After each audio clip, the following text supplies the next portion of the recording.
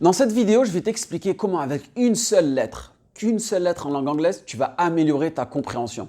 Et oui, moi, il m'est arrivé une histoire avec la lettre T. Cette lettre, franchement, elle m'en a fait voir de toutes les couleurs. Et c'est pas évident, crois-moi, au début, de comprendre comment est-ce qu'elle est utilisée par les anglophones. Surtout si c'est un Américain qui te parle, si c'est un Anglais qui te parle, si c'est un Australien qui te parle, si c'est un Scottish qui te parle. Chaque personne utilise cette lettre d'une manière différente et crois-moi, parfois ça peut être vraiment problématique. Donc ce que je vais faire, c'est je vais t'expliquer en détail et après t'inquiète, on va passer au tableau pour bien t'expliquer. Comme ça, toi aussi tu ne feras pas la même erreur que moi et tu ne vas pas te retrouver dans une situation dans laquelle je me suis retrouvé super embarrassante. D'accord? Donc qu'est-ce qu'on fait là? Qu'est-ce qu'on fait? Je vous dis juste après le break. Speak a language by just studying it. No matter how much you study, don't learn a language, live a language. Make language learning part of your life. Pour la petite histoire, je me suis retrouvé à Londres à faire un petit taf. Donc voilà, mon anglais n'était pas terrible. Devinez quel job je fais, voilà, commercial, non je plaisante, je retrouve à la plonge, et ouais, à la plonge dans un restaurant. Sauf que ce restaurant, c'était pas n'importe quel restaurant, c'était un restaurant bio, rien à voir. Le restaurant, il était spécial, pourquoi? Parce que le cuistot, c'était un Américain et les serveurs, c'était des British, plutôt des Londoniens.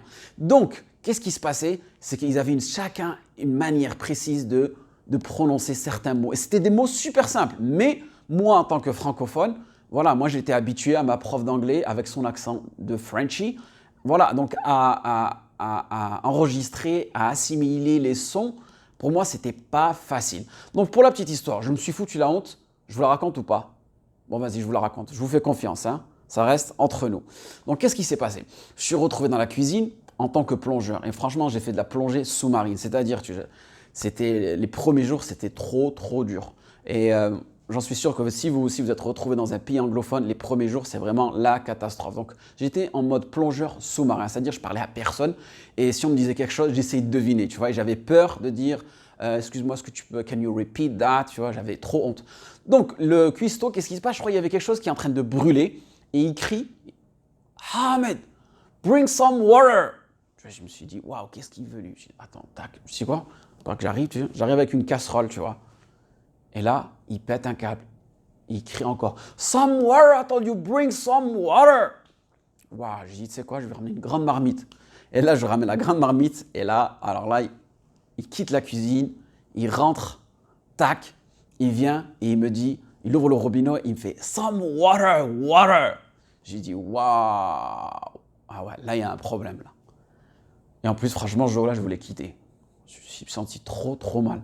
J'ai dit, mais attends, moi, ma prof d'anglais, c'était water. Donc, tu vois, moi, ce que j'ai enregistré à l'écoute, c'était quoi? C'était water. Et là, il me dit water. J'ai dit, waouh, là, il doit y avoir un problème. Je dis, mais attends, c'est quoi ce délire? Et tu sais, toi, tu es dans les débuts, il n'y a personne pour t'expliquer, tu vois. Et le même jour, je pense que c'était le même jour, un serveur qui me dit, tu vois, de remplir la carafe d'eau, il me dit, can you fill it up with water? Water. Je dis, attends, là, je ne vais pas faire d'effort. Je vais pas faire une gaffe comme j'ai fait la première fois. Je dis, vas-y, explique-moi, tu vois. Tu vois, j'ai dit, moi, je parle un peu l'anglais, il faut que tu m'expliques, je suis nouveau et tout, je suis débutant. Donc, qu'est-ce qu'il fait? Il va remplir la carafe de l'eau. Je dis, waouh. Je dis, attends, mais là, il y a un problème. Un qui me dit water, un qui me dit water, et moi, j'ai enregistré water. Et genre, le meilleur des cas, tu vois, c'est water ou water, tu vois. J'ai dit, mais c'est quoi ça, tu vois? Et c'est là qu'en vérité, en langue anglaise, le T, il peut être prononcé d'une manière différente. Et ça dépend où est-ce qu'il se retrouve dans le mot. Donc, je vais vous expliquer ça en détail. Comme ça, vous aussi, vous ne faites pas la même erreur que moi. Donc voilà. Là, ce que j'ai fait, je vous ai donné 3 exemples. D'accord? 3 exemples. Ici, qu'est-ce que vous remarquez? La lettre T, vous voyez, si elle se retrouve entre 2 voyelles, donc là, on a la lettre T qui s'est retrouvée entre la lettre A et la lettre E, donc A-I. Donc ici, la lettre, elle est retrouvée entre 2 voyelles. Qu'est-ce qu'elle fait? Dans l'accent américain, ça fait un sort de D. D'accord? Ça fait water. C'est un sort de D, un sort de de raw, tu vois. J'ai demandé à des Américains, même eux, ils ne savent pas. Je vois, ils ont juste ça, appris ça d'une manière naturelle. Donc, ça fait water, water, d'accord? Par contre, si c'est un londonien, ou certaines personnes en Angleterre, ça dépend les régions, le T ici, par exemple, le T, ça va être une sorte de glottal stop. C'est-à-dire que c'est comme si on le sautait, ça fait donc ça fait water, water, d'accord? Donc le T, il est sauté, d'accord? Donc ça fait water. Et là, je vous ai donné un autre exemple. Même là, par exemple, on a deux T, c'est pas grave. Parce que c'est quoi la règle? Pareil, on est entre deux voyelles, d'accord? Donc, selon l'anglais américain, ça va être une sorte de D. Better, better. Et selon l'accent londonien, par exemple, ça va être better, better. D'accord? Et là, pareil. Troisième exemple, qu'est-ce que je vous ai fait? Là, regardez, le mot cut it. Là, le T s'est retrouvé entre deux voyelles. Vous voyez, même si le mot il est différent, si on a deux différents mots, il s'est retrouvé entre deux voyelles. Et aussi, le T ici, regardez, il s'est retrouvé à la fin. Donc, ça va donner quoi? Le T, quand il se retrouve à la fin, on va commencer par ici. Vous voyez, quand il se retrouve à la fin, eh ben, il n'est pas prononcé. D'accord?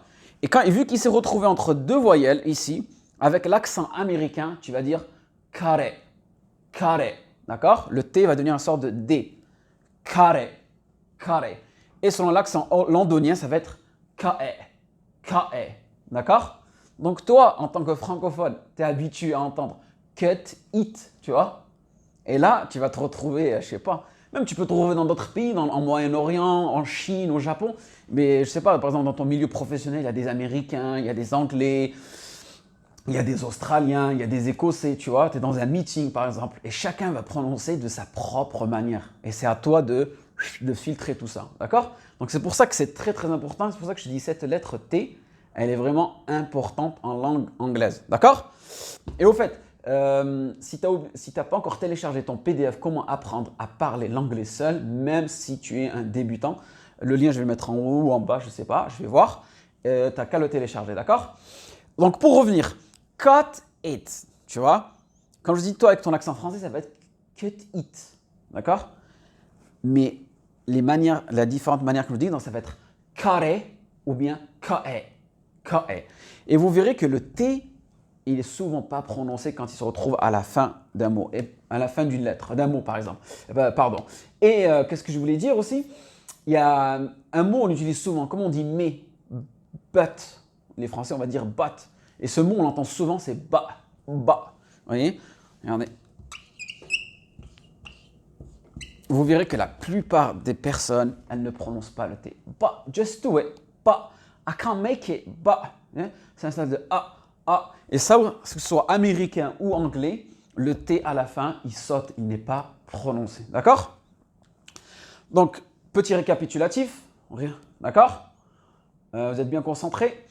On a dit si le T il se retrouve entre deux voyelles, il est, selon l'anglais américain, ça fera un D ou un R, water.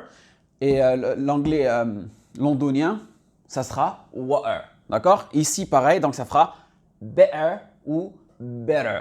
Et s'il est à la fin d'un mot, la plupart du temps, il n'est pas prononcé. Et là, même si on a deux mots différents, parce que là, on n'avait qu'un seul mot, là, on a deux mots différents, ça va être carré.